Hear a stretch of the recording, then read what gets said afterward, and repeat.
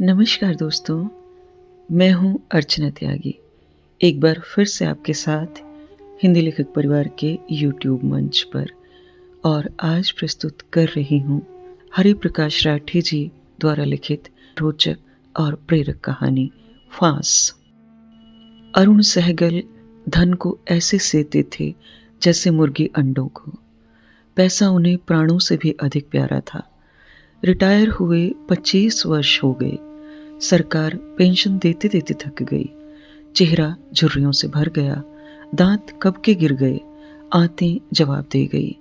शरीर कांपने लग गया। पर बुढ़ा मरता न था। उसके प्राण माया में अटके थे। मोक्ष यात्रा के मार्ग में माया अवरोध बनकर खड़ी थी। धन की फांस में बुढ़े के प्राण फंसे थे। किंवदंती है कि ऊंट सुई के छेद में से निकल सकता है, पर कंजूस धनवान स्वर्ग के द्वार में प्रविष्ट नहीं हो सकता।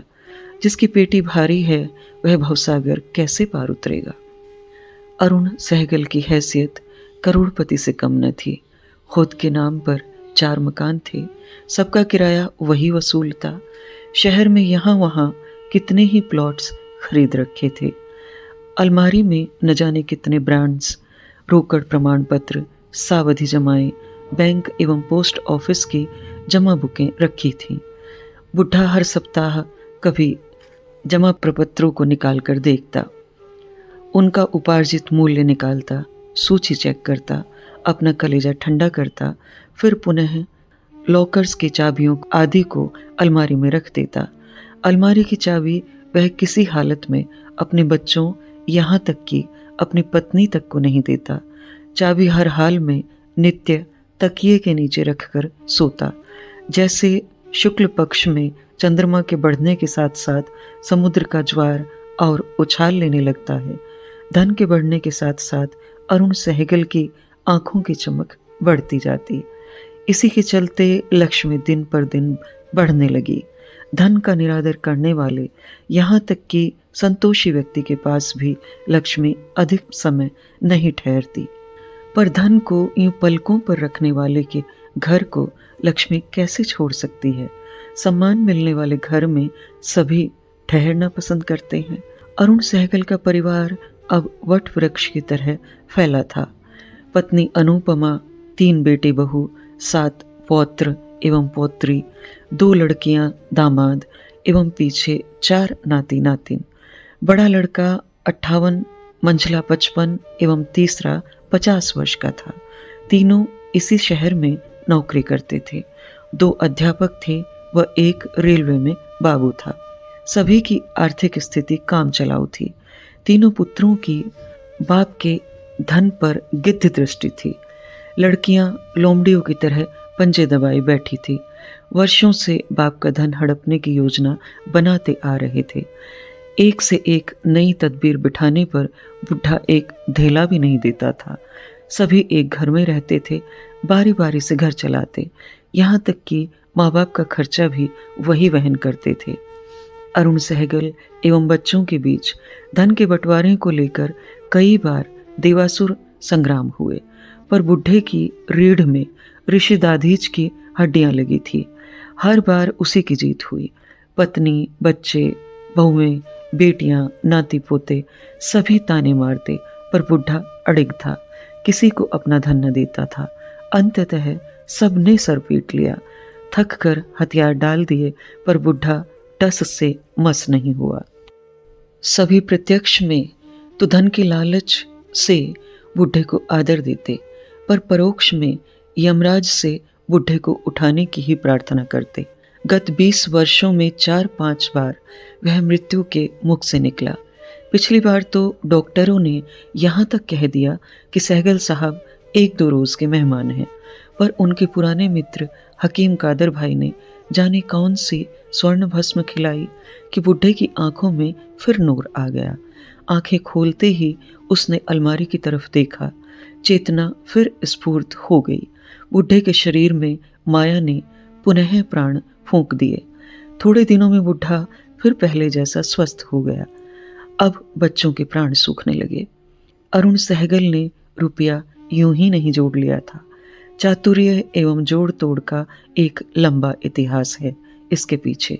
पैसा यूं ही थोड़े जुड़ता है, पानी को मतने से घी नहीं निकलता। वह अपने पिता का एकमात्र पुत्र था।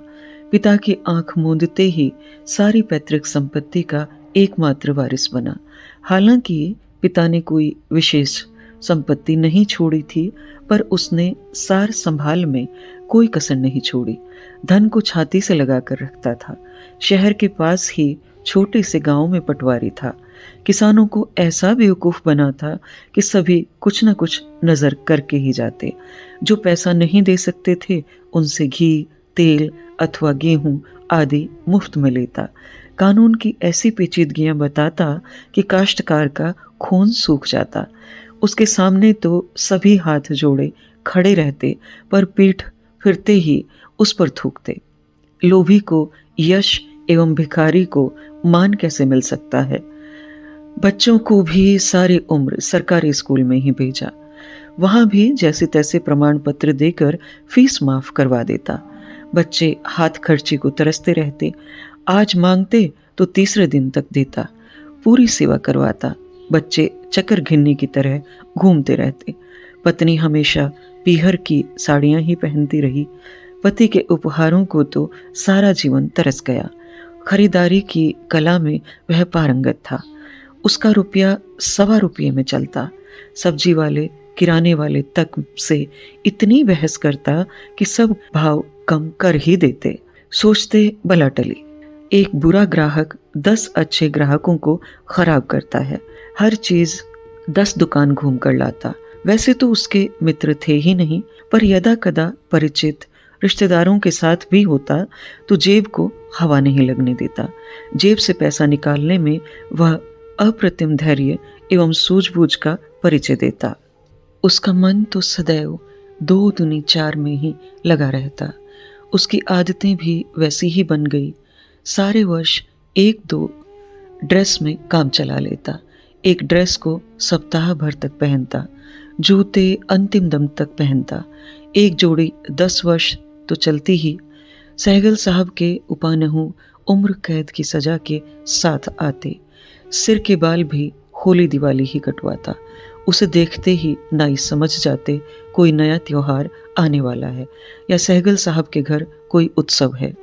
99 का फेर उसके सांसों में बसा था। यहाँ जमीन खरीदता, वहां बेचता। पूरे शहर के बैंकों की ब्याज दरें उसे कंठस्थ होती। मजाल है कि कम ब्याज दर पर उसका रुपया विनियोजित हो जाए। लोग ठीक कहते हैं, हर व्यक्ति धन को नहीं भोग सकता। धन के विसर्जन में ताकत चाहिए, जीवन का स्पष्ट दर्शन चाहिए। इसलिए कुछ लोगों के जीवन में सिर्फ धन का योग होता है, भोग नहीं। ऐसे लोग दरिद्र लोगों से भी बदतर होते हैं। संसार में असंख्य धनी दरिद्र हैं। पूरा परिवार अरुण सहगल के इस व्यवहार से परेशान था। विद्रोह अब चरम पर था। विद्रोह का प्रथम बिगुल बड़े पुत्र रामचरण की पत्नी निर्मला ने बजाया। पिता ने तो अच्छा घर देखकर ही ब्याह किया था, पर यहाँ तो मौज मस्ती में रहना आसमान से दूध दूहने जैसा था। क्या क्या अरमान और स्वप्न लेकर ससुराल आई थी, पर यहाँ तो सारा यौवन पतझड़ की तरह बीत गया। रोटियां बेलते बेलते एवं आंगन धोते धोते अंगुलियां घिस गई। पर मजाल बुढ़ा कोई मेहरी रख ले। हमेशा एक ही बात की रट लगाए रहता था, काम करोगे तो स्वस्थ रहोगे, 2 पैसे बचाओगे तो काम आएंगे। कल की उम्मीद में आज बिखर गया। यौवन पीछे छूट गया। सोना इकट्ठा करने में जीवन सूना हो गया। केश रूपा हो गए। जवानी जाकर नहीं आती, बुढ़ापा आकर नहीं जाता। का वर्षा जब कृषि सुखाने, उसका मन मर गया। मरे मन पर अमृत के घड़े भी उड़े लूं तो क्या फायदा। उसका जीवन तो जैसे तैसे बीत गया, पर अब बच्चे बड़े हो गए थे। दोनों बड़े लड़कों में एक 28 पार था, दूसरा उससे 2 वर्ष छोटा था। इसके पीछे 22 साल की कुंवारी लड़की खड़ी थी। बच्चे नौकरियों के लिए मारे मारे फिरते, पर नौकरियां कहाँ पड़ी थी। बुढ़ा कुछ धन देता तो बच्चों को धंधे लगा देते। धंधे लगे लड़कों के विवाह भी जल्दी हो जाते हैं। बेटी भी बांस की तरह बढ़ रही थी। बुढ़े सास ससुर का बोझ और ढो। एक दिन गुस्से में ससुर से झड़प हो गई। रात बहुत रोई। इस बार पति को अंतिम चेतावनी दे दी, अब मैं इस घर में नहीं रहूंगी। मास्टर रामचरण तो हुक्म का गुलाम था। दूसरे ही दिन इस घर से दूर एक मकान किराए पर लिया एवं परिवार समेत वहीं चला गया। रिश्ते बोझ बन जाएं तो उनको ढोने की कोई ज़रूरत नहीं, उन्हें छोड़ देना ही बेहतर है। अपने हाथ में भी विष फैल जाए तो उसे काटना पड़ता है। मंझले भाई शिवचरण एवं तीसरे ओम प्रकाश ने भी रामचरण के पद चिन्हों का अनुगमन किया। वे भी जेल से छूटे। उन्होंने भी अपने अपने परिवार बसा लिए। पंछी साहस के पंख लगाकर उड़ गए। अब घर में सिर्फ अरुण सहगल एवं पत्नी अनुपमा रह गए। अनुपमा अत्यंत संवेदनशील थी। पुत्र पौत्रों एवं बहुओं के वियोग में मुरझा गई। बेटियां एवं दामादों का व्यवहार भी अब दो खेमों में बटा हुआ लगता। दामाद भी अब दांत दिखाने लगे थे। धीरे धीरे अनुपमा भी टूट गई। अंतिम दम तक पति की सेवा की, पर बूढ़ी गाय कब तक दूध देती। एक सुबह अरुण सहगल उठे तो देखा अनुपमा दम तोड़ चुकी थी। आशा का आखिरी पंछी भी उड़ गया। अंतिम संस्कार के कुछ रोज तक तो बेटे बहू साथ रहे, पर बाद में सबने अपने अपने घर की राह ली। बुढ़े पर किसी को रहम नहीं आया। अरुण सहगल अब घर में अकेले थे। उम्र के इस मुकाम पर भी कोई सेवा करने वाला नहीं था। कल तक चहकता घर खंडहर हो गया, तिनका तिनका बिखर गया। रात की नीरवता अकेलेपन में और भयानक हो जाती। जिस घर में कोई निवास नहीं करता वहाँ सन्नाटे आकर बस जाते हैं। उजड़े हुए घर में उल्लू बसेरा कर लेते हैं। चमगादड़ें चित्कार करती हैं। शीघ्र ही बुढ़े की मिट्टी बिगड़ गई। अब वो अधिकतर बीमार रहने लगा। रात चित्कारता रहता पर कोई सुनने वाला नहीं था। आवाज़ दीवारों से टकराकर लौट आती। कठोर पत्थर कुछ भी नहीं सुनते। जिस माया की शक्ति पर बुढ़ा गर्व करता था वही जी का जंजाल बन गई। वह इधर उधर के लोगों की दया का पात्र बन गया। वे ही उसे कभी खाना दे जाते, कभी देख जाते। अधिकतर फल फूल दूध पर ही गुजारा होता। धन की फांसी बन गई। समस्त वैभव के बीच में भी वह दरिद्र था। सागर के मध्य में प्यासा था। रह रहकर बेटे पोतों की याद आती, पर अब वो कहाँ थे। बुढ़े का मन तड़फ उठा। आखिर ये संपदा किसके लिए? जिनके लिए बनाई जब वे ही छोड़ गए तो अब इसका क्या प्रयोजन? ज्ञान का नया प्रकाश उसकी आत्मा को बेध गया। माया के फंदे से मायापति ही छुड़ाता है। जो माया चराचर जगत को वश में रखती है, प्रभु की दासी है। अगले दिन अरुण सहगल ने अपने पूरे परिवार को बुलाया। बेटे बहू, बेटियां दामाद, नाती पोते सभी उपस्थित थे। एक वकील एवं 2 गवाहों की उपस्थिति में उसने अपनी अंतिम इच्छा प्रपत्र लिखवाया एवं समस्त संपत्ति अपने बच्चों में बांट दी। सबका मुंह मोतियों से भर गया। अब सबको अपने स्वप्न फलित होते नजर आ रहे थे। सबकी आंखें एक नए प्रकाश से चमक रही थी। कौड़ी कौड़ी को दांतों से पकड़ने वाले ने एक कौड़ी भी अपने लिए नहीं रखी। बच्चों के हाथों में चाबियां सौंपने के बाद वह भार विहीन हो गया। इतना खुश वह पहले कभी नहीं दिखा। पिंजरे के बाहर आकर पंछी अब अनंत आसमान में उड़ने के लिए तैयार था। अगली सुबह ही बूढ़े ने आंखें मूंद ली। माया की फांस को काटकर पंछी अनंत की ऊंचाइयों में उड़ गया। यह थी श्री हरि प्रकाश राठी जी की श्रेष्ठ कहानियों में से एक कहानी, फांस।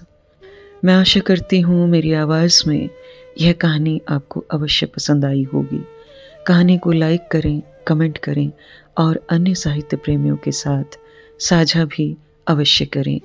ऐसी ही और कहानियाँ सुनते रहने के लिए चैनल को सब्सक्राइब भी अवश्य करें। मैं अर्चना त्यागी अब आपसे विदा लेती हूँ। फिर मिलते हैं एक और कहानी के साथ बेहतरीन कहानियों के सफ़र में। धन्यवाद। अगर आपको रचना पसंद आती है तो लाइक और कमेंट्स ज़रूर करें और शेयर कीजिए।